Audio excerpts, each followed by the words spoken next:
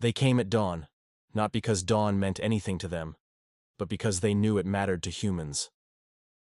The Velthar Dominion was not a race that cared for subtlety. They relished displays of power, cruelty masquerading as inevitability.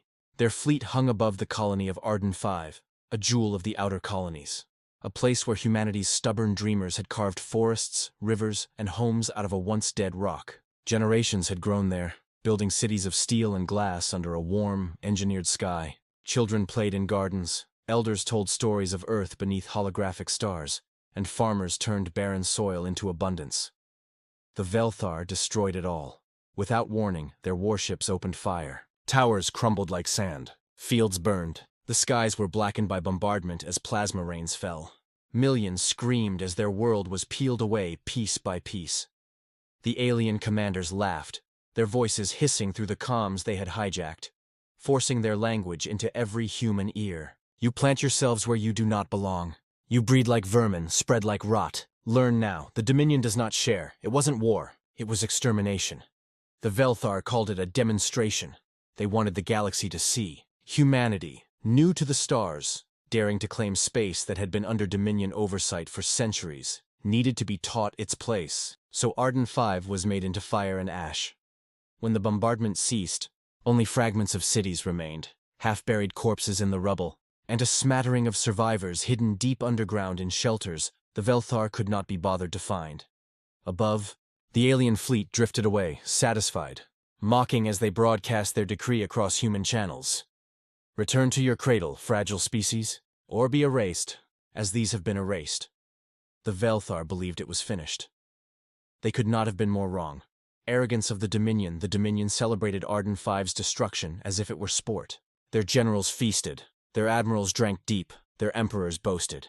To them, humanity was an infant race daring to walk among titans. Their arrogance was absolute. They will sue for peace, one general said as his peers nodded.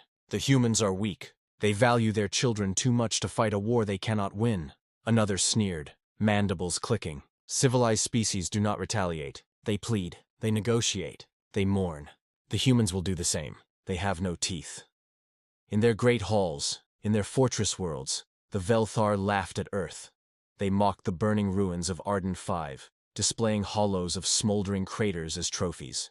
They showed the broken remnants of human transmissions, voices begging for mercy before being silenced and static. They believed Earth would kneel. They forgot something vital. Humanity remembers, and humanity waits. The silence before the storm. For years after Arden V, the galaxy assumed humanity had bent the knee. Earth issued no counterattacks. The fleets at Sol remained docked. No vengeance came. The Dominion's arrogance only grew. But beneath that silence, something darker was growing. Human colonies rebuilt in secret. Shipyards churned without pause. Military academies swelled with recruits who bore the scars of Arden V, either in bloodline or in spirit. Orphans who had lost their parents to the flames of the Dominion were raised with one purpose. Survivors whispered to them stories of fire and screams, so they would never forget. These children grew into soldiers who carried ghosts behind their eyes. The galaxy dismissed them. The Dominion, blind in its hubris, did not notice the slow sharpening of the human blade. Other species, long cowed by the Velthar, pitied humanity's patience, mistaking it for weakness. But humans are patient not because they lack anger. Humans are patient because they understand revenge. And revenge is best served cold, when it cuts deepest. The awakening. The storm broke without warning. It began with silence. Dominion ships at the edge of their territory reported shadows in the void. Vast constructs, metallic giants, drifted from folds in space. Comms went dark one by one. Then the human fleets emerged.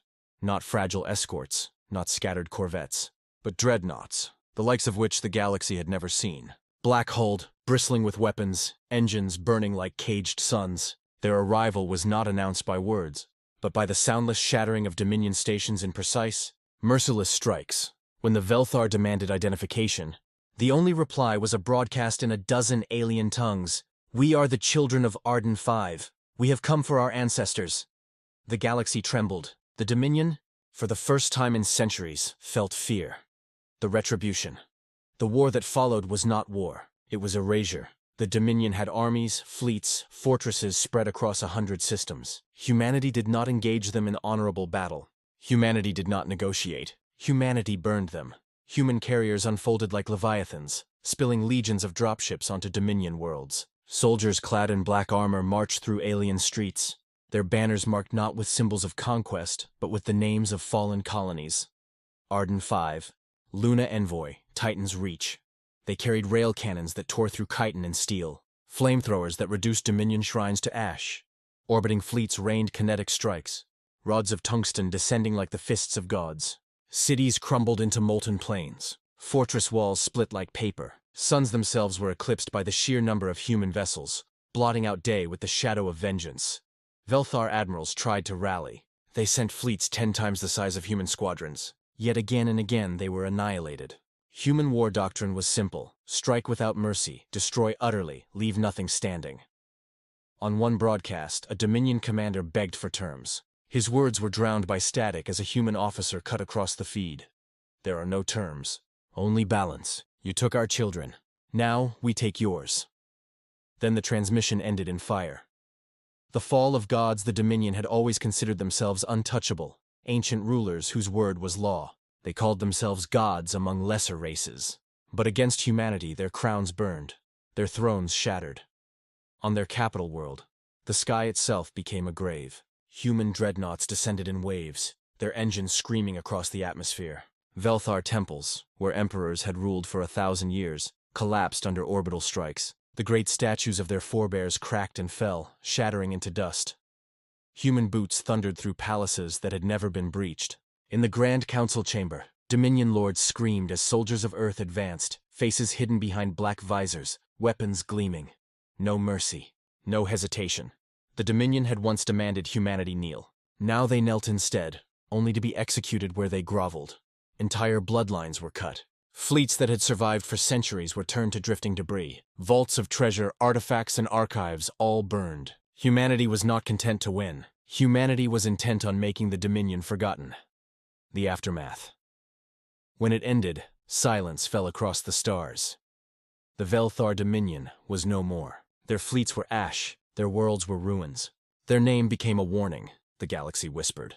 Not in mockery this time, but in fear. Other empires, once watching with amusement as humanity struggled, now sat in dread silence. They saw what humanity truly was when pushed to wrath.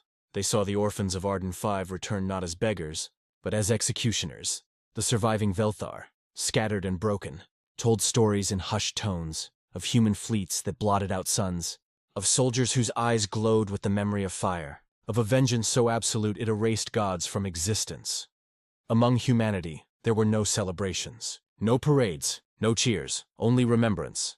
In the ruins of Arden 5, rebuilt as a shrine, survivors lit torches for the fallen.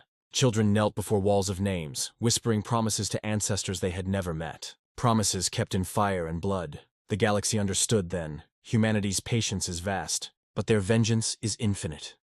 And the word spread like wildfire across stars and empires alike, carried in whispers, etched into the bones of those who survived. Never provoke Earth again.